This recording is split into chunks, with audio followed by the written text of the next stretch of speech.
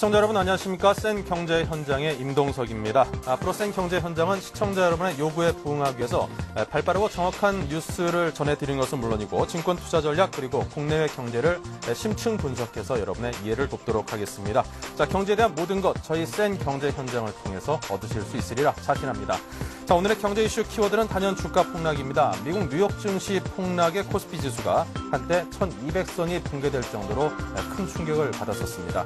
코스피 시장에서는 개장 6분 만에 올해 들어 5번째 사이드카가 발동됐고요. 코스닥 시장 역시 1시간이 채 지나지 않아 사이드카가 발동됐었고 매매가 중단되기도 했습니다. 참 큰 충격으로 다가왔었습니다. 자, 그리고 한국은행이 세계 주요 중앙은행과 발맞춰서 금리 인하를 단행했음에도 불구하고 국내 금융시장 주가는 100포인트 넘게 추락하고 환율이 급등락하면서 국내 경제는 큰 혼란에 빠졌었습니다. 자, 오늘 센 경제 현장에서는요, 금융시장의 위기 진단과 투자 전략, 그리고 오늘 발표된 3차 공기업 선진화 방안까지 함께 분석해 보겠습니다. 자, 지난 1960년 창간 이후 국내 최고의 경제지로 발돋움해온 서울경제신문이 창간 48년의 노하우를 바탕으로 서울경제TV를 개국했습니다. 서울경제TV는 세계적인 경제 채널이죠. 블룸버그 TV의 한국어 자막 방송을 국내에 독점 방영하게 됩니다.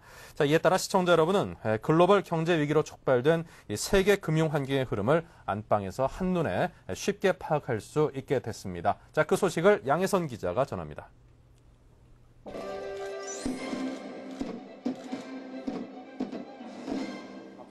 10월 10일 0시 서울경제TV가 경제방송의 새로운 역사를 시작했습니다. 서울경제TV는 어제 오후 5시에 서울 소공동 조선호텔에서 서울경제TV 임종건 사장, 블룸버그TV 숀 데일리 아시아태평양 사장, 한나라당 박희태 대표 등 1000여 명이 참석한 가운데 개국식을 가졌습니다. 임종건 서울경제TV 사장은 개국식 축사를 통해 서울경제TV는 서울경제신문의 취재력을 바탕으로 안방 경제의 새로운 길잡이가 될 것을 약속했습니다. 서울경제TV는 서울경제신문의 그 취재력을 바탕으로 기업과 가계, 정부, 어떤 경제 주체들의 그 시장 참여를 돕는 유익하고 깊이 있는 정보를 담아서 여러분들에게 전달을 할 것입니다. And congratulate them and the entire SEN team on this channel launch. This is the beginning of a new era in business and economic news television in Korea, and we at Bloomberg are very proud to be associated with it. 쉽고 재밌는 경제 전문 채널을 모토로 앞세운 서울경제TV는 지난 6월 서울 상암동 디지털 미디어 센터의 고화질 방송 제작을 위한 스튜디오를 구축했으며 증권, 부동산, 금융, 재테크 등 경제 관련 정보를 다양한 프로그램으로 제공하고 있습니다. 또한 세계적인 경제 전문 채널인 블룸버그TV와 독점 계약을 체결, 한국어 자막 방송을 통해 누구나 손쉽게 블룸버그의 고급 콘텐츠를 접할 수 있게 됐습니다. 블룸버그TV는 국제금융가에서 가장 신뢰받는 매체 중 하나로 전 세계의 103개 뉴스지국을 보유하고 있으며 2억 가구 이상이 시청하고 있습니다. 현재 서울경제TV는 국제경제의 흐름을 생생하게 전달하는 블룸버그 프로그램과 더불어 국내 경제를 다루는 자체 제작 프로그램 등 다채로운 콘텐츠를 방송하고 있습니다. 밤 11시에 방영되는 아시아 비즈니스 투나잇은 아시아 전체의 경제 흐름을 심층 분석합니다. 오전 8시에 방송되는 파이널 워드는 뉴욕 증시 마감과 함께 밤새 일어난 전 세계의 경제 상황을 중계해 안방으로 글로벌 경제 흐름을 신속하게 전합니다. 이 밖에도 블룸버그TV의 대표적인 프로그램 블룸버그 보이스, 최고 경영자들과 함께 심도 있는 인터뷰를 하는 포 더 레코드, 나이트 토크, 폴리티컬 캐피터 등 다양한 프로그램이 국내 시청자들의 눈길을 사로잡을 것입니다. 다양한 자체 제작 프로그램도 선보입니다. 국내 증시 개장 시간의 방송에 투자의 나침반이 되어줄 생방송 출발 센 증시와 경제 뉴스와 이슈, 국내외 증시를 분석하는 생방송 센 경제 현장, 그리고 창업, 금융, 부동산, 미술 투자 등 본격 재테크 정보를 전하는 재테크 매거진 이것이 돈이다. 또 시청자들의 기대를 모으고 있습니다. 서울경제TV는 국내 경제정보 자체 제작 프로그램으로 해외 경제정보는 블룸버그TV 프로그램을 통해 국내와 국제 경제 전반을 아우를 수 있는 힘을 갖게 됐습니다. 앞으로 서울경제TV는 다양하고 국제적인 시각으로 국내외 경제 정보를 시청자들에게 전달함으로써 경제정보 방송 시장에 새 바람을 일으킬 것으로 기대됩니다. 네, 이 새롭게 출발하는 서울경제TV의 개국을 많은 분들께서 축하해 주셨습니다. 현장에서도 많은 분들께서 축하를 해 주셨고요. 영상을 통해서도 함께 많은 축하를 보내주셨는데요. 자, 우리나라 최초 경제신문이 만든 방송 매체인 만큼 서울경제TV에 거는 기대 또한 무척이나 클 것입니다. 자, 개국 축하 영상 메시지를 함께 보시겠습니다. 서울경제신문이 블룸버그 TV와 함께 만드는 센 TV의 개국을 진심으로 축하합니다. 임직원 여러분의 노고에 따뜻한 격려의 말씀을 전합니다.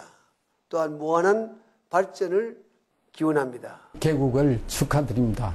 앞으로 국민의 생각을 낱낱이 거울처럼 잘 반영시켜 주시기 바랍니다. 서울경제TV의 개국을 진심으로 축하드리며 서울경제신문과 함께 우리나라 최고의 비즈니스 채널로서 발전하게 되기를 기원합니다. 네, 안녕하세요. 박정아입니다. 서울경제TV 개국을 진심으로 축하드립니다. 네, 앞으로 좋은 방송 보여주세요. 파이팅! 서울경제TV 개국을 진심으로 축하드립니다. 앞으로도 신속하고 정확한 경제방송 부탁드리고요. 서울경제TV 화이팅! 네, 자, 이렇게 많은 분들께서 축하와 또 격려를 해주셨는데요. 또 기대도 함께 걸어주셨습니다. 그 기대에 부응할 수 있는 최고의 방송을 만들기 위해서 저희 모두 열심히 노력할 것을 약속드립니다. 자, 첫 순서는 국내외 경제 이슈를 짚어보는 경제 뉴스 분석입니다. 서울경제신문 정두환 기자가 나와 있습니다. 어서 오십시오. 네, 안녕하십니까? 네. 자, 우리 경제 전반에 대해서 위기감이 확산되고 있습니다. 그 위기감은 사실 어느 분야를 가리지 않고 전방에 걸쳐서 압박하고 있다는 표현이 딱 적합할 텐데요. 자, 특히나 요즘 들어서 미분양 문제니 뭐 주택가격 하락이니 여러 가지 문제가 겹쳐서 건설업계가 겪는 어려움은 더욱더 크다고 알고 있습니다. 현재 상황이 어떻습니까? 네, 최근 한국건설산업연구원이 조사한 국내 건설업체의 체감 경기지수, 즉 BSI란 것이 나왔는데요. 이 수치가 6개월 연속 50선 주변에 머물고 있는 것으로 나타났습니다. 이 BSI란 것은 100을 기준으로 그보다 높으면 경기가 좋아진다는 것을, 그리고 반대로 100 아래로 떨어지면 경기가 악화된다는 것을 의미하는데요. 이 BSI가 50선에서 6개월 동안 머물고 있다는 것은 건설업계의 체감 경기가 그만큼 사상 최악이라는 것을 의미합니다. 이 건설업계가 이처럼 어려움을 겪고 있는 것은 무엇보다 지난해 이후 계속된 집값 하락과 거래 위축으로 미분양이 급격하게 늘어나고 있기 때문으로 분석되고 있습니다. 여기에 미국발 금융위기에 따른 실물경제 위축으로 수요자들의 주택 구매 심리가 급격하게 실종되면서 사태가 더욱 악화되고 있습니다. 정부 공식 통계로만 미분양 아파트가 한 16만 가구를 넘어서고 있으니까요. 한 채당 만약 2억 원으로만 계산해도 약 30조 원이 넘는 자금이 미분양에 묶여 있는 셈인 거죠. 네, 참 그 규모가 엄청나네요. 자, 이 건설 사업은 그 규모 자체가 크다 보니까 자체 자금만 가지고는 뭐 도저히 할 수 없는 것이고, PF, 흔히 이게 프로젝트 파이낸싱이라고 하죠. 자, 그것이 일반화된 것으로 아는데, 자칫 이런 건설업체의 어려움이 이런 금융권으로까지 옮겨붙지 않을까 하는 그런 염려도 사실 들고요. 역시 양쪽 모두 상황이 이렇게 좋지 않겠군요. 네, 그렇습니다. 금융감독원에 따르면 올 6월 말 현재 금융권의 부동산 프로젝트 파이낸싱 대출 규모는 무려 73조 원에 달하는 것으로 집계됐습니다. 금액도 금액인데요. 문제는 부동산 시장 침체로 각 금융권의 연체율이 급증하고 있다는 것이 더 문제입니다. 특히 저축은행들이 가장 우려되는데요. 저축은행들의 PF 대출은 12조 2,100억 원, 그래서 은행권 다음으로 많은 비중을 차지하고 있습니다. 그런데 이 저축은행들의 PF 연체율이 지난해 말 11.6%였던 것이 14.3%까지 추세해서 아주 높아지고 있습니다. 사정이 이렇다 보니까 건설업체들은 사실상 신규 사업을 아예 할 엄두조차 내지 못하고 있는 실정입니다.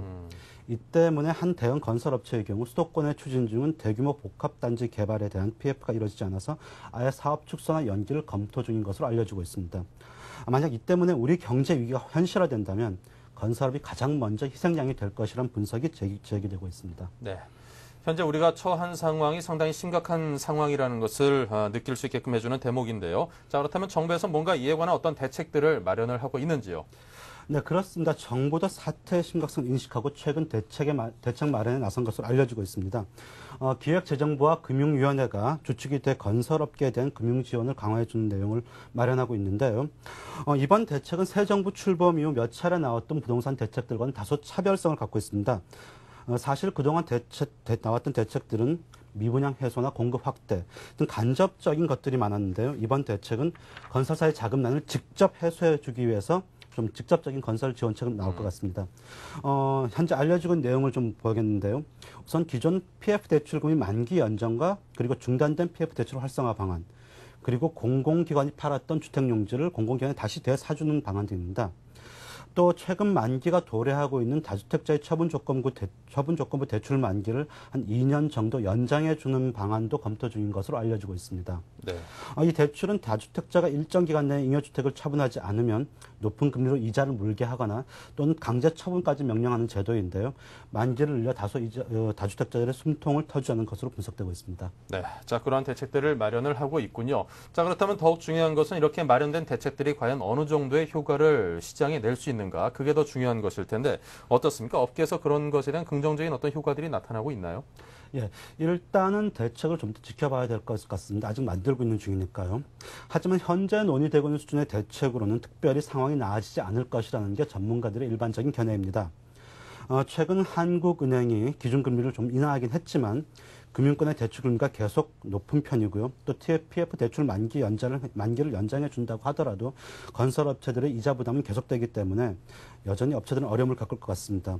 또 신규 PF 대출을 활성화하겠다고 하지만 직접 과연 금융권들이 여기에 따라서 움직여 줄 것이냐는 것도 문제인데요. 네. 지금처럼 부동산 경기가 침체된 상황에서 금융권이 정부 뜻대로 움직여 줄지는 좀 미지수일 것 같습니다. 무엇보다도 건설업계가 어려운 가장 큰 이유는 지난해부터 계속되고 있는 부동산 경기 침체 때문인데요. 따라서 소비자들의 주택 구매 심리가 되살아나고 거래가 활성화되지 않는 한 상황이 나아지길 기대하기는 힘들 것 같습니다. 네. 자, 이 사실 뭐 신규로 어떤 주택을 구입하든 분양을 하든 한다는 것 자체가 어떤 내가 갖고 있는 현재 자산에 약간의 어떤 금융 부채를 좀 더해가지고 새로운 주택을 이렇게 구입을 해주는 것이 계속 돌고 돌아줘야지 주택 경기라는 게 살아날 수 있는 것인데 지금 현재 뭐 경기 위축으로 인해서 실질 소득은 줄어들지 자산 가치는 떨어지지 또 대출률은 높아가서 이게 금융 부담을 지는 건 더 힘들어지지 이 세 가지가 겹치면서 이 뭐 삼각파도를 맞은 어떤 배 같다고나 할까요? 상당히 어려운 상황인 듯 싶습니다. 이에 대해서 마땅한 해법을 찾는 것 자체가 참 어렵겠다 싶은데요. 네, 말씀하신 대로 상당히 어려운 상황입니다. 그렇기 때문에 안타깝지만 사실 이렇다 할 대안이 별로 보이지가 않고 있습니다. 일단 부동산 시장이 살아나기 위해서는 무엇보다 집값이 오를 것이라는, 그 집값이 올라가야 사람들이 집을 사게 될 것이 구매 심리가 살아나게 되는데 네. 지금 같은 경기 상황에서는 단기간에 집값이 회복되길 기대하기는 조금 힘들 것 같다는 것이 전문가들의 견해입니다. 이 때문에 업계는 양도소득세나 전매 제한에 대한 추가 완화 등은 물론이고 대출 규제 등까지도 과감하게 풀어내야 한다고 요구하고 있습니다. 또 일부에서는 대형 SOC 등 공공부문의 발주를 늘려서 인위적으로 건설 경기 부양책을 좀 펼쳐야 하는 게 아니냐는 주장도 제기되고 있는 상황입니다. 네. 자, 어쨌거나 뭐 너무나 어려운 상황이 부동산 시장 역시 마찬가지인 듯 싶습니다. 이런 상황에 대한 단기적인 타겟책은 사실 찾기 쉽지 않아 보이고요. 좀 더 많은 시간과 인내가 요구될 것 같다라는 게 아마 모두가 공유하는 아마 그런 인식일 것입니다. 자, 지금까지 서울경제 정두환 기자와 함께 부동산 시장 그리고 건설 경기에 관한 이야기를 나눠봤습니다. 고맙습니다. 네, 정부가 오늘 3차 공공기관 선진화 추진 계획을 확정했습니다. 어떤 내용들을 담고 있는지 궁금한데요. 자세히 알아보겠습니다. 서울경제신문 경제부 연결돼 있습니다. 이철균 기자. 예, 이철균입니다. 네, 정부가 지난 8월 11일과 26일 두 차례 걸쳐서 공기업 선진화에 이어서 오늘은 3차 공기업 선진화 방안을 발표했는데요. 자, 어떤 내용들로 꾸며져 있습니까? 예, 정부는 오늘 3차 공기업 선진화 방안을 내놓았는데요. 지역 난방공사, 한전기술 등 10개 기관은 민영화하고 한국가스공사와 방송광고공사 등 두 곳은 경쟁체제를 도입하겠다고 밝혔습니다. 또 3차 선진화 방안에는 한국전력 등 8개 기관의 경영 효율화 등도 역시 담고 있습니다. 네. 자, 그렇다면 하나하나 이야기를 나눠보도록 하죠. 먼저 예. 논란이 되고 있는 신용보증기금과 기술보증기금은 통합으로 결론이 났는가요? 꼭 그렇지만은 않습니다. 정부는 오늘 신용보증기금과 기술보증기금의 통합에 대해서는 원칙적인 방안은 밝혔습니다. 하지만 여당과의 협의 과정에서 일단 연말까지 최근의 금융시장 상황을 본 뒤 최종 결정키로 했습니다. 이는 사실상 신보와 기보의 통합이 유보됐다고 보는 게 맞을 텐데요. 배국환 기획재정부 2차관은 이에 대해서 두 기관의 통합에 대해 한나라당의 강력한 요구가 있었고 정부 역시 중소기업 자금 지원 등에 대한 종합적인 대책을 세우고 또 이후 금융시장 상황 등을 점검한 뒤 최종 방안을 결정했다고 밝혔습니다. 네. 자, 그리고 한국가스공사가 독점하고 있죠. 자, 천연가스의 도입과 도매 부분을 민간과 경쟁시키겠다라는 것은 또 어떤 내용인지 궁금하고요. 또 그 시기와 폭을 두고 논란이 있었던 걸로 아는데 그 부분도 정리해 주십시오. 네, 그렇습니다. 그 외국에서 천연가스를 들여와 민간 업체들도 가스공사처럼 팔 수 있도록 한다는 것인데요. 정부 내에서는 이에 대해서 입장이 지금 갈리기도 했었습니다. 기획재정부는 당초 2015년 이후 완전 경쟁 시스템으로 가자는 것이었고 지식경제부는 단계적인 경쟁 체제를 가자는 주장이 맞섰었죠. 하지만 이번에 밝힌 정부와는 절충된 모습인데요. 2010년까지 천연가스의 도입, 도매 부분에 신규 민간업자도 진입할 수 있도록 하되 다만 발전용 물량부터 경쟁하도록 하겠다는 것입니다. 그리고 나서 산업용으로 확대한다는 게 정부의 방침인데요. 실제 산업용 그리고 가정이 쓰는 일반용까지 민간과의 도매 경쟁이 이루어지려면 2015년은 훌쩍 넘어야 가능하기 때문에 사실상 산업용과 일반용까지 그 도매 경쟁이 이루어진다는 것은 당장 기대하기는 어렵게 되어 있습니다. 네. 당분간 어떤 시간이 걸리는 그런 사안이군요. 네, 그렇습니다. 그리고 이제 방송계에 몸담고 있는 사람들로서는 상당히 또 관심 있는 어떤 뜨거운 감자죠. 이 방송광고공사의 경쟁체제 도입 역시 상당히 핫 이슈인데요. 자, 정부안은 확정됐습니까?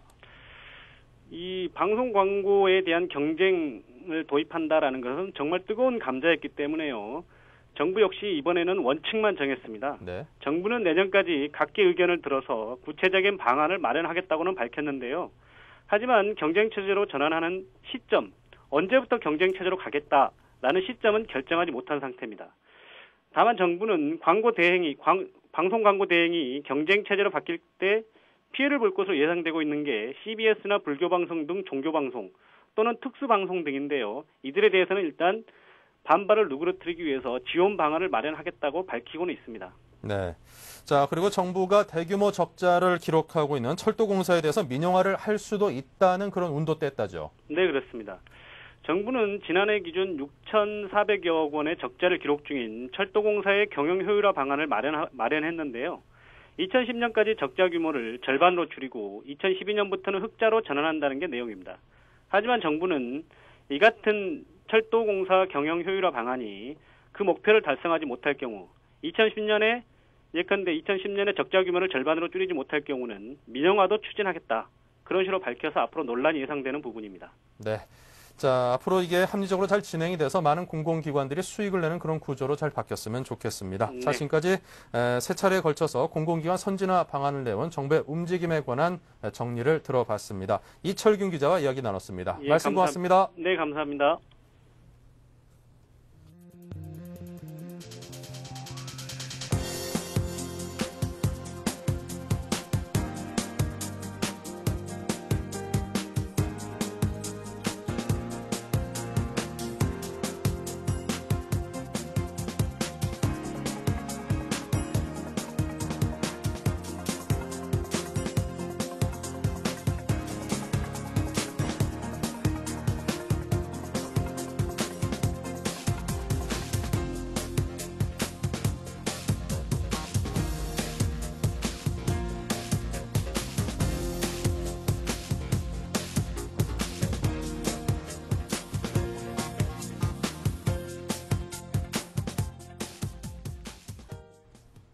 네, 이어서 오늘의 증시 마감 상황을 알아보겠습니다. 오늘 증시 변동폭이 상당히 컸는데요. 제가 점심 식사를 하러 딱 나갈 때 그 확인을 한 것만 해도 마이너스 103포인트를 확인을 하고 나갔던 기억이 나는데 저도 이제 주식 관련해서 이게 관심을 가진 지 한 20년이 넘었습니다만 마이너스 100포인트 이렇게 막 기록하는 것을 본 지는 정말로 오랜만입니다. 기억이 안 날 정도로요. 자, 오늘 마감 시황을 듣기에 상당히 좀 부담스러운데요. 서울경제신문 증권부 연결돼 있습니다. 이혜진 기자 나와주십시오. 예, 이혜진 기자입니다. 네, 오늘 마감 시황이 어땠습니까? 글로벌 금리 인하 공조에도 불구하고 전날 미국 다우지수가 5년 만에 9,000선이 붕괴됐다는 소식이 전해지면서 오늘 국내 증시도 개장과 함께 사이드카가 발동되는 등 공포에 휩싸인 장세를 나타냈습니다. 장중 100포인트 이상 하락하며 1,200선이 한때 붕괴됐지만 낙폭을 좁히며 53포인트 내린 1,241로 장을 마쳤습니다. 증권사와 증권 유관기관들이 증시 안정책 마련에 발벗고 나섰다는 소식과 환율이 급락세로 돌아선 것이 투자 심리를 다소 안정시켰습니다. 외국인 투자자들은 8거래일째 매도세를 이어가며 3,780억 원을 순매도한 반면 개인과 기관들은 저가 매수에 나섰습니다.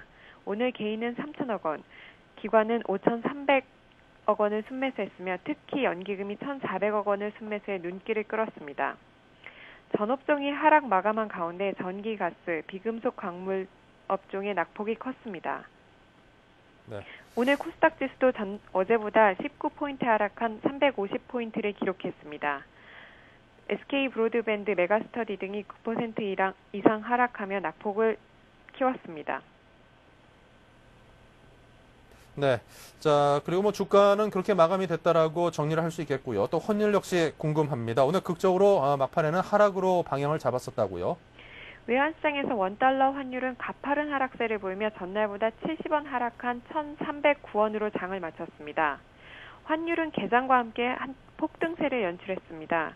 한때 1,460원까지 오르기도 했으나 당국의 개입과 대기업들의 달러 매도 물량이 나오면서 급락했습니다. 오늘 환율은 하루 동안 200원이 넘게 움직이면서 변동성이 큰 장세를 나타냈습니다. 오전에는 외환당국이 작심하고 물량을 쏟아내며 폭등세를 진정시킨 데다가 어제 삼성전자에 이어 오늘 현대차, 포스코 등 대기업들이 수출 대금으로 받은 달러를 시장에 한꺼번에 쏟아냈습니다. 이는 대기업들의 달러 사재기를 공개적으로 공격하고 나선 정부의 압박이 작용한 것으로 풀이됩니다. 또 금융감독원이 외환시장의 환투기 세력 개입 여부를 파악하기 위해 점검에 나선 것도 환율 급락의 원인이 됐습니다. 한편 삼성경제연구소는 연구보고서를 통해 균형 환율은 1,002원 내외라며 앞으로 달러 유동성 문제가 완화되면 환율은 급락할 수 있다고도 진단했습니다. 네. 자, 그리고 증권사와 유관기관들이 공동펀드를 조성하는 등 이 증시 안정에 발벗고 나섰다는 소식도 들려옵니다. 어떤 내용으로 이루어져 있습니까? 국내 35개 증권사 대표와 한국증권업협회 등 증권 유관기관들은 오늘 긴급 간담회를 열어 증시 안정 대책을 마련하기로 결의했습니다. 우선 공동펀드를 조성해 증시 안정화에 일조한다는 방침입니다. 실제로 지난 2003년에서 2007년까지 증권협회 등은 총 4천억 원의 공동펀드를 운영한 바 있습니다. 이번 펀드 규모는 아직 정해지지 않았지만 증권업계에서는 최소 4천억 원 이상이 될 것으로 내다보고 있습니다. 이외에도 증권사들은 내부 로스컷 규정을 탄력적으로 운영해 보유주식의 매도를 줄일 방침입니다. 또 증권업협회는 해외 금융상품 판매가 환율 상승의 요인이라는 판단하에 증권사들이 해외 금융상품 판매를 자제해 줄 것을 권고했습니다. 이와 함께 정부에 대한 건의사항도 밝혔습니다. 적립식 펀드 장기 투자자들에 대한 세제 혜택을 조기에 실시해달라고 정부에 촉구하는 한편 증권거래세의 한시적 면제와 자사주 매입 법인에 대한 세금 혜택을 정부에 건의할 방침입니다. 지금까지 증권부에서 전해드렸습니다. 네, 이혜진 기자 잘 들었습니다. 네, 오늘의 증시 상황까지 들어봤고요. 센 경제 현장 잠시 후 이어서 뉴스 단신을 전해드립니다.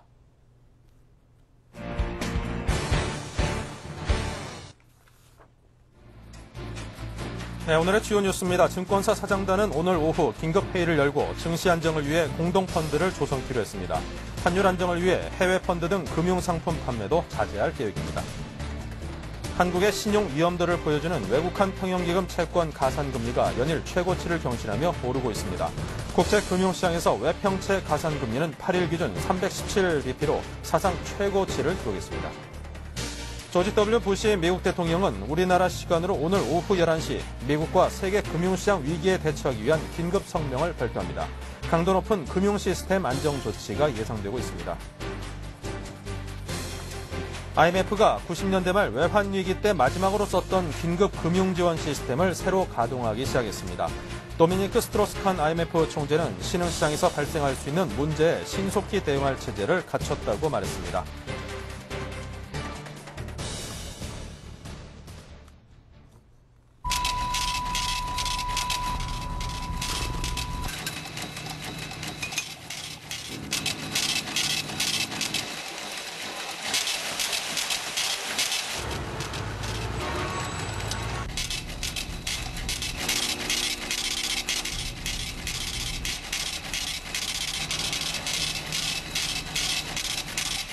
에너지는 당신의 현금입니다. 국립광고협의회.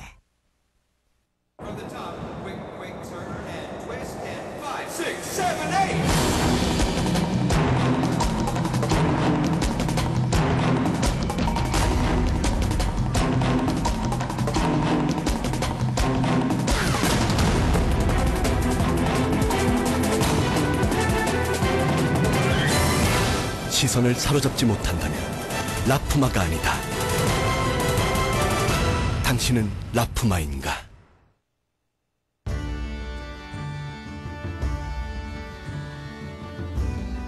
우리 땅에 곡식을 심으면 농촌이 되고 건물을 심으면 도시가 됩니다. 농촌과 도시는 둘이 아닙니다. 대한민국의 미래를 함께 채워나가는 서로의 반쪽입니다. NH 농협.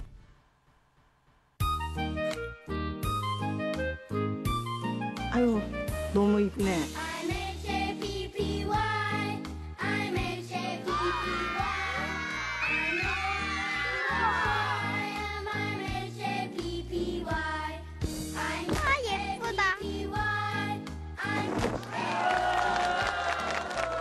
이웃사랑을 실천하는 당신이 최고의 추천작입니다. 아름다운 기업 금호아시아나.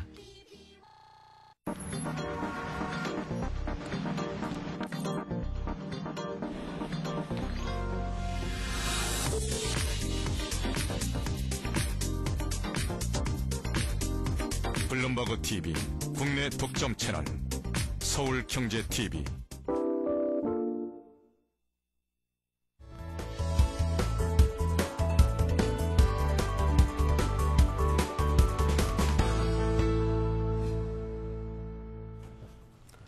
네, 증시 전략센터 순서를 이어가겠습니다. 굿모닝 신한증권의 장규성 지점장, 동양종금증권의 김용재 차장 두 분 모셨습니다. 안녕하십니까? 네, 안녕하십니까?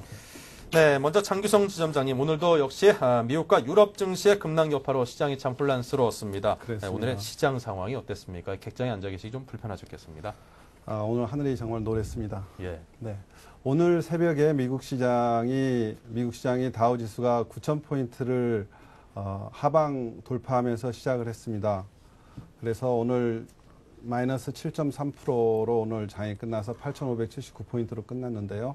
네. 오늘 GM이 30% 이상 하락을 한 게 다우지수 하락을 견인을 했습니다. 네.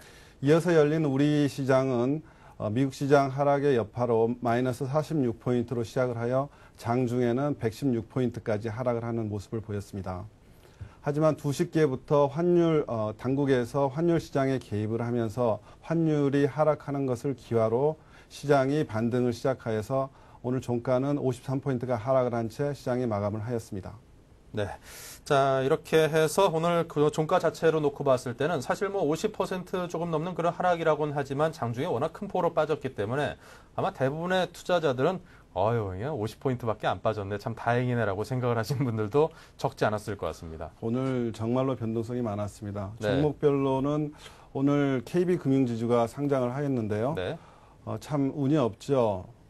시작을 하는 날 다우지수가 7%를 하락을 하였고 우리 시장도 100포인트가 하락한 상황에서 네. KB금융지주가 상장을 하였는데 하종가에서 시작을 해서 종가에는 보합 정도 선까지 그래서 거의 저점에서 잡으신 분들은 13% 이상의 수익을 올릴 수 있는 그런 장이었고요. 네. 대한항공이라든지 한화그룹주 이런 종목들도 저점 대비해서는 20% 이상 상승하는 그런 특징적인 모습을 보였습니다. 네, 자 이렇게 변동성 큰 장세에 아마 대부분의 투자자들이 나도 좀 잡을 수 있었을 텐데라고 하시는 분들도 계시겠지만 이론상 그렇다는 것뿐이지 실제는 또 현실이 어떻게 이론과 비슷하겠습니까?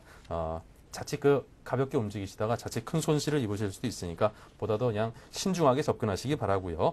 자, 김용재 차장님, 네. 그렇다면 다음 주 증시 전망이 또 중요하겠죠. 어떤 네. 점을 주의 깊게 봐야겠습니까? 예, 중요한 거는 지금 글로벌 증시 자체와 국내 증시 자체가 신저점으로 향해 내려가고 있다는 점이죠. 그렇기 때문에 다음 주 정도에 이번 주에 낙폭이 컸기 때문에 다음 주에는 아무래도 그 저점을 모색하는 그런 횡보 국면이 나타나지 않을까. 그리고 대바닥이라는 표현을 쓰지만은 일단 바닥에 좀 모습을 보여주는 그런 모습을 찾지 않을까 말씀을 좀 드리겠고요. 네.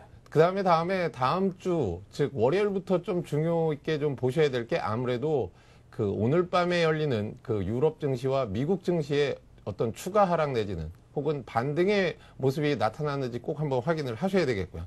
국내 증시를 조금 눈을 돌리면 1000포인트서부터 1300포인트까지의 매물대가 거의 없다고 보시는 게 낫지 않을까 생각이 듭니다.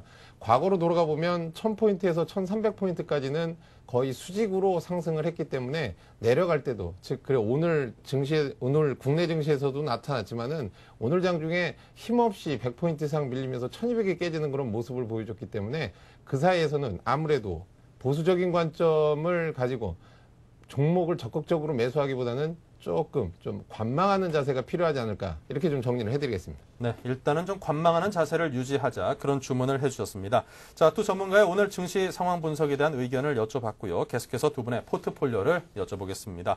자, 먼저 장규성 지점장님의 투자 전략이 궁금합니다. 네, 오늘 공포의 끝자락에서 시장이 소폭 반등을 하였습니다. 그래서 저는 기본적으로 1300포인트 미만은 공포에서 출발한 패닉 국면이라고 생각을 하고요. 네. 1300포인트 미만에서는 업종 대표주 중심의 우량주에 대한 분할 매수를 추천을 드리고 싶습니다. 네, 업종 대표주라는 대목에 주의를 기울이시기 바라고요. 자, 그럼 포트폴리오를 한번 보겠습니다. 어떤 종목들인지요? 네, LG텔레콤과 현대백화점을 각각 30%씩 편입을 하고 현금 비중을 40% 가지고 가는 걸로 하였습니다. 네, 자, 지금 표를 통해 보시는 것처럼 현금이 40%, 그리고 현대백화점이 30%, LG텔레콤이 30%입니다. 자, 두 종목 여쭤보겠습니다. 먼저 LG텔레콤부터 설명 들어보죠. 네, 먼저 LG텔레콤입니다. LG텔레콤은 무엇보다도 경기 방어주입니다. 경기가 아무리 나쁘다 하더라도 휴대폰은 계속해서 써야 되는 그런 상황이고요. 네. 그런 측면에서 경기 방어주로 자리매김을 할 수가 있습니다. 최근에 LG텔레콤은 오즈라는 무선 인터넷 서비스를 제공을 하면서 가입자가 증가하고 있고 가입자당 매출액도 꾸준히 증가하는 그런 모습을 보이고 있습니다.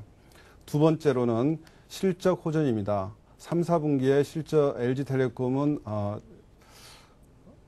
영업이익이 1,200원에 이를 것으로 보여 이는 전년 동기 대비 40% 이상 증가한 수치입니다. 그리고 LG텔레콤은 3세대 이동통신 사업에 좀 늦게 진출하였습니다. 그래서 4세대 이동통신 사업에 먼저 진출을 하겠다는 그런 투자 계획을 발표한 바 있어서 실적과 성장성이 돋보이는 그런 종목이고요. 마지막으로 세 번째는 기관들이 8월 이후에 8,000원대 가격에서부터 하루에 20-30만 주씩 꾸준하게 매수를 하고 있습니다. 그래서 기관들의 매수가 집중되는 종목은 시세를 한 번은 분출을 하게끔 돼 있습니다. 그런 세 가지 측면에서 LG텔레콤을 포트폴리오에 편입합니다. 네. 자, 이렇게 해서 LG텔레콤에 대한 이야기를 들어봤고요. 계속해서 이어서 현대백화점을 들어보죠. 네. 다음은 현대백화점입니다. 현대백화점은 먼저 실적 안정성입니다. 현대백화점은 경기가 하락할 걸로 예상이 돼서 최근에 유통주가 하락을 많이 하였습니다만 현대백화점은 명품관이 많이 있고 명품관의 그 매출이 꾸준하게 증가를 하고 있어서 실적이 경기 하락에도 불구하고 그렇게 크게 영향을 받지 않을 것이다. 이러한 점에 주목을 하고 있고요. 두 번째는 2010년 이후에 성장성이 굉장히 강화될 걸로 예상을 합니다. 현대백화점은 2002년에 목동점을 진출한 이후에 그동안에 신규로 점포 진출이 없어서 성장성에서 디스카운트를 받았는데요.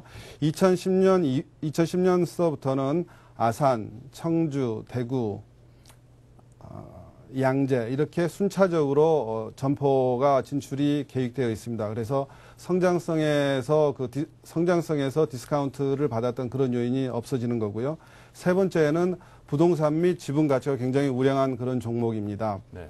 현대백화점은 목동점, 압구정점, 무역센터점 이런 주요한 지역에 점포를 가지고 있고 그다음에 자회사도 역시 한무쇼핑이나 현대홈쇼핑, 현대 HCN 등 우량한 자회사를 가지고 있어서 그러한 점에서도 주목을 받을 수가 있습니다.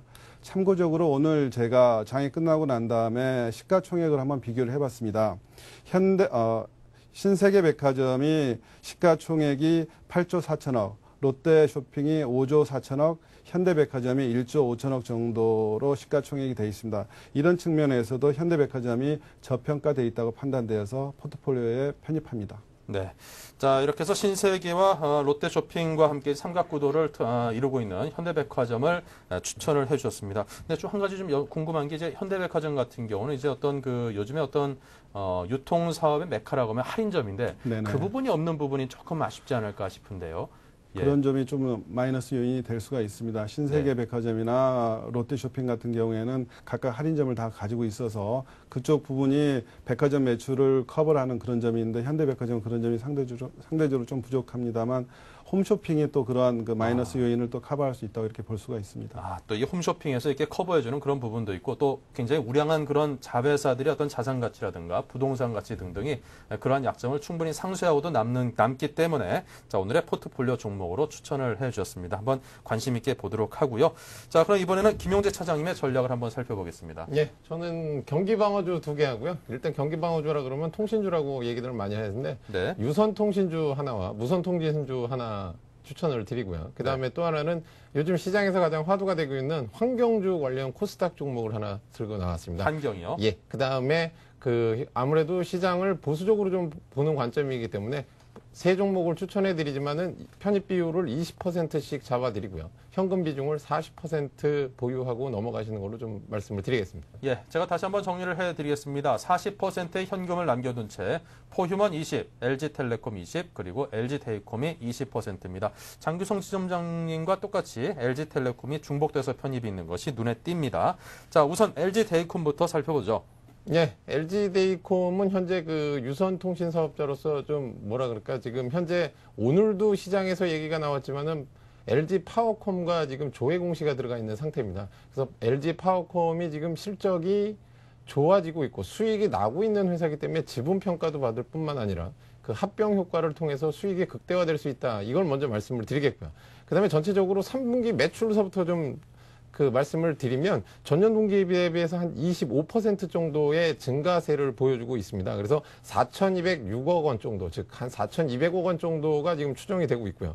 인터넷 전화 매출이 전분기 대비해서 16%의 증가를 보여서 374억 원의 지금 추정치가 나오고 있습니다. 즉 실적 부분에서도 좋고 그다음에 대외적으로 어떤 LG 파워콤과의 합병 얘기가 나오고 있고 그렇기 때문에 그런 부분에 대해서 기본적으로 좀 말씀을 드리겠고요. 그다음 기술적으로 조금 말씀을 드리겠습니다. 먼저 차트를 조금 보여드리면 자 지금 거의 한 달 가까이 19,700원 선, 즉 쓰리바닥, 우리가 일명 쓰리바닥 형태를 보여주고 있으면서 오늘도 상당히 큰 낙폭을 보였지만은 결국은 종가상으로 쓰리바닥인 19,700원 이상에서 끝나주는 모습을 보여줬습니다. 즉 21선과 121선과 61선이 골드 크로스가 나는 모양 상태에서는 매수에 임하셔도 좀 되지 않을까 이렇게 좀 말씀을 드리겠습니다. 네. 자, LG데이콤을 들어봤고요. LG텔레콤은 장규성 지점장님의 상세한 설명이 있으니까 그에 가름하도록 하겠습니다. 포유먼은 어떻습니까?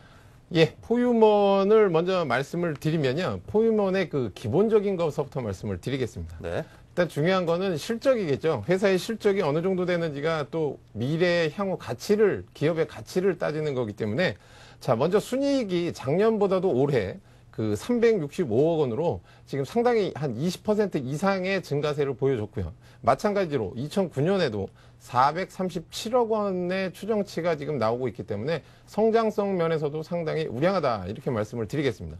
그리고 중요한 거는 환경 기업으로서 지금 세계적으로 이산화탄소 얘기가 지금 많이 나오고 있지 않습니까? 탄소 배출권 이런 얘기가 나오고 있는데 디젤 자동차에 장착이 되는 배기가스 저감 장치를 집중적으로 생산해내는 회사입니다. 대형 버스는 대부분이 디젤이기 때문에 그리고 또 우리나라 같은 경우에는 디젤차가 상당히 많기 때문에 실적이 더 실적으로 배가가 돼서 보여질 거다 이렇게 예상들을 많이 하고 있습니다. 그 다음에 또 한 가지는 뭐냐면 기관과 지금 외국인의 러브콜이 지금 집중적으로 들어오고 있다. 차트를 한번 보여드리면 차트로 넘어가 보겠습니다. 차트에 보면은 제가 기관의 순매수 동향을 좀 보여드리려고 하는데 지금 안 나타나는 것 같은데 외국인과 기관의 동반 매수가 이루어지고 있는 상태지만 지금 단기적으로 지금 급락한 모습을 보여주고 있습니다. 지금 보면은 세 번째 저점을 오늘 형성했는데 사실은 신저가가 나온 모양입니다. 밑꼬리를 상당히 길게 달았기 때문에 지금 10,000원대, 즉 18,000원의 종가가 끝났지만은 10,000원에서 11,000원대에는 한번 비중을 조금 늘려가시는 그런 전략이 필요하지 않을까 이렇게 말씀을 좀 드리겠습니다. 네, 자 이렇게 해서 포유문에 관한 의견까지 들어봤습니다. 어려운 장세에 여러분께서 투자를 하시는데 많은 참고를 하시기 바라고요. 또 도움이 되길 기대하겠습니다. 자, 김용재 차장님과 그리고 장규성 지점장님 두 분의 도움 말씀 들었습니다. 고맙습니다. 감사합니다. 네, 잠시 전하는 말씀 듣고 센 시장 분석을 이어가겠습니다. My sunshine, my only sunshine. You make me happy when skies are gray. You'll never know, dear, how much I love you. Please don't take my sunshine away. 당신이 무엇을 꿈꾸든 그 꿈을 담겠습니다. Your Dream Collection. 한화 꿈의 그림. From the top, quick, quick, turn and twist and 5, 6, 7, 8.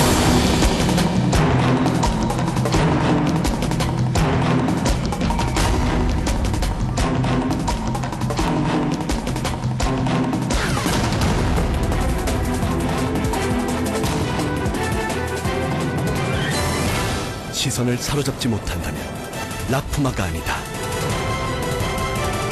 당신은 라프마인가?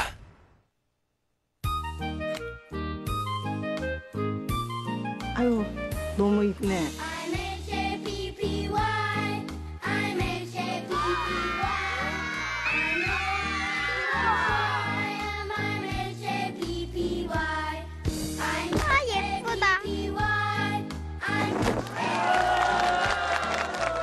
이웃사랑을 실천하는 당신이 최고의 추천작입니다.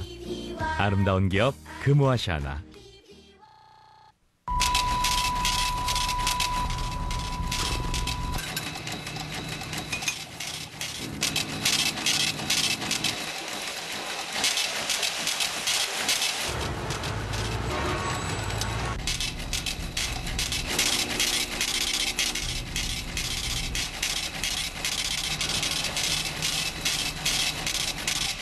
에너지는 당신의 현금입니다.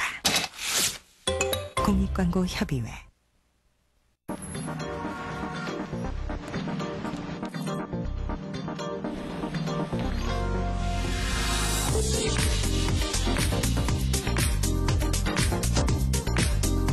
블룸버그 TV 국내 독점 채널 서울경제TV.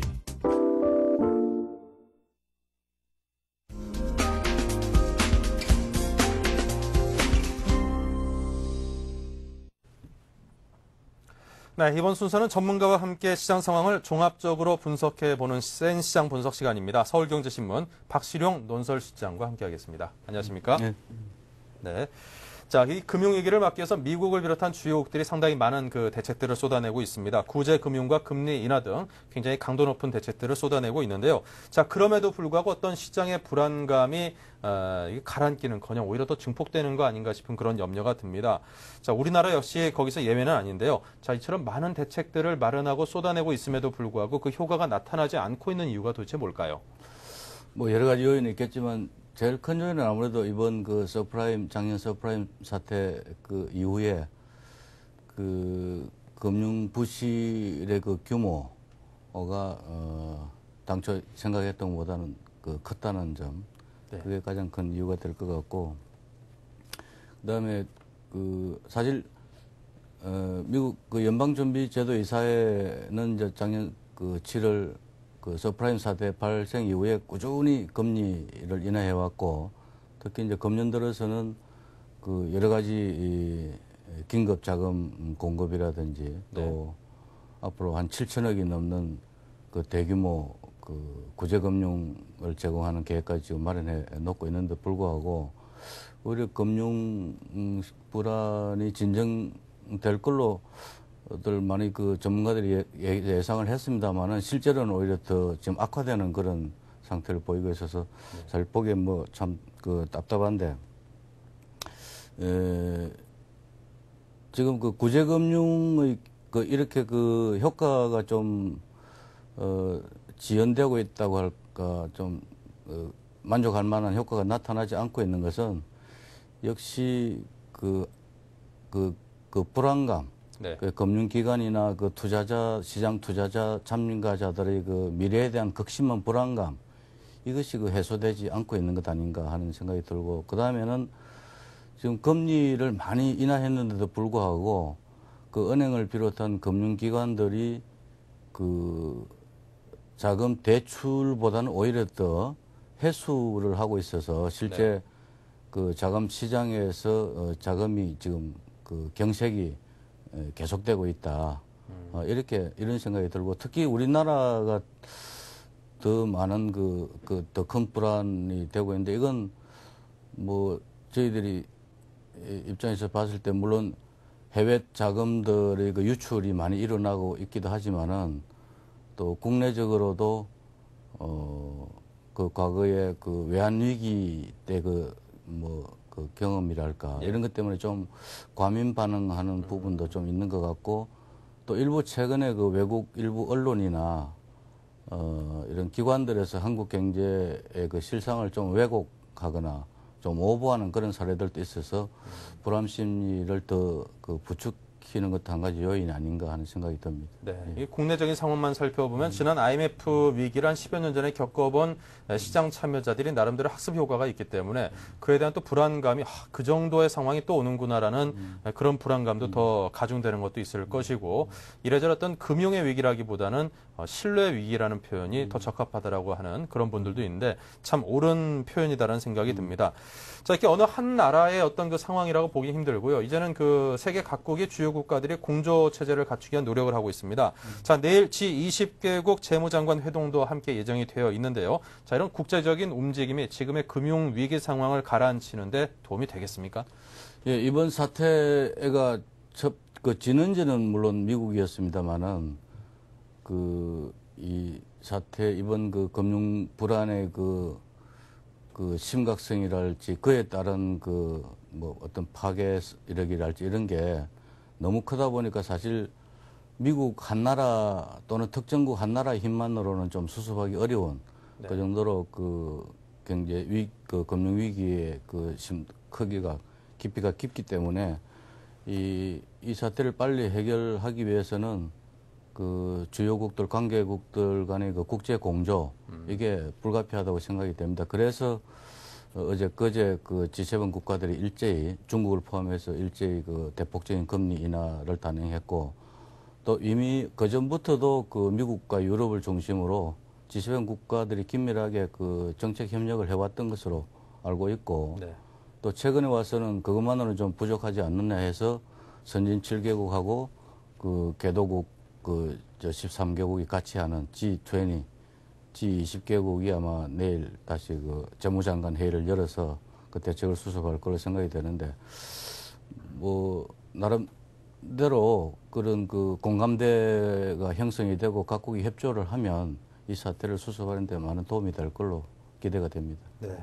자, 그런데 뭐 아직 확신하기는 이르겠습니다만 설사 이런 금융위기가 진정이 된다 하더라도 정작 또 우리 서민들 입장에서는 더 그럴 것 같습니다. 실물 경기가 굉장히 악화되고 또 장기 불황이 오고 그렇게 되면 또 이제 고용 사정도 나빠지죠. 물가 오르면 먹고 살기 힘들어지죠. 그런 상황들이 어떻게 보면 더 큰 위기가 뒤에 또 기다리고 있는 거 아닌가 하는 생각도 드는데 그런 염려에 대해서는 어떤 답을 주시겠습니까? 사실 최근에 여러 가지 위기, 강도 높은 위기 대책에도 불구하고 금융 불안이 쉽게 진정이 안 되는 가장 큰 이유는 아마 그런 중장기적인 실물 경제 부분에 오는 어떤 그 장기 불황이랄지 장기 경기 침체, 네. 이게 가장 그 근본 이유가 아닌가 하는 생각이 들고, 실제 일부 전문가들은 이미 실물 부분으로 그 충격이 지금 나타나고 있다고 진단하는 전문가들도 많이 있습니다. 그리고 며칠 전에 그 IMF에서 최근 그 세계 경제 전망을 냈는데, 네. 그걸 봐도 그 미국 내년에 미국, 일본, 유럽은 거의 제로 성장이고, 네. 또 우리나라에 대해서도 당초에 한 4.3% 정도 예상했는데 3.5%로 대폭 하향 조정하고 있습니다. 그래서 그런 사태를 예방하기 위해서는 우선 금융위기를 빨리 수습하고 그 다음 단계로 또 그 실물 경제 그 불황이라든지 장기 침체를 막기 위한 어떤 그 국가 간의 국제 공조 체제, 정책 협력 이런 게 있어야 되지 않을까 생각합니다. 네, 이렇게 많은 그 경제 주체들이 이번 위기를 타개하기 위한 노력을 함께 하고 있습니다. 자, 그런 노력들이 부디 실효가 나타나서 우리 경제는 물론이고 전 세계 경제가 빨리 안정되고 다시 한번 성장의 방향으로 접어들길 기대해 보겠습니다. 지금 여러 가지 현행 이슈들이 참 많습니다. 금리 인하라든가 환율 문제라든가 그런 것들이 참 많은데요. 다음 기회에 또 한번 박시룡 실장님을 모셔놓고 보다 더 자세하고 깊이 있는 말씀을 구해보도록 하겠습니다. 오늘 도움 말씀 고맙습니다. 네. 네, 신문을 보다 보니까 기사에 이런 말이 있더라고요. 공포를 이겨내라, 기다림도 투자다, 이런 표현이 있던데요. 그 주식 투자에서도 그 현금만큼 또 좋은 종목이 없다, 그런 표현도 있다라는 기억이 나더군요. 이런 불안한 상황에서 두려움을 느끼지 않는 사람은 없을 것입니다. 하지만 또 그런 두려움을 이겨내는 그런 인내와 용기가 필요한 시점이 바로 지금이 아닌가 싶은데요. 자, 이러한 격언을 많은 분들께서 누구나 다 잘 알고 있지만 또 항상 이런 위기에 닥쳐서는 많은 분들이 항상 그 반대로 움직이기 때문에 더 큰 손실을 감내해야만 하는 그런 경우들도 많이 있습니다. 부자가 전체 인구에 대비해서 조금인 이유는 많은 사람들을 쫓아가서는 부자가 될 수 없다는 말의 반증이라는 뜻도 있으니까요. 자, 여러분께서 그 말을 되새겨 보시기 바랍니다. 자, 계급 특집 센 경제 현장 첫 방송 저희가 준비한 내용은 여기까지입니다. 자, 저희는 오늘 여기서 인사드리고요. 저희는 다음 주 월요일 오후에 다시 찾아뵙겠습니다. 고맙습니다. 임동석이었습니다.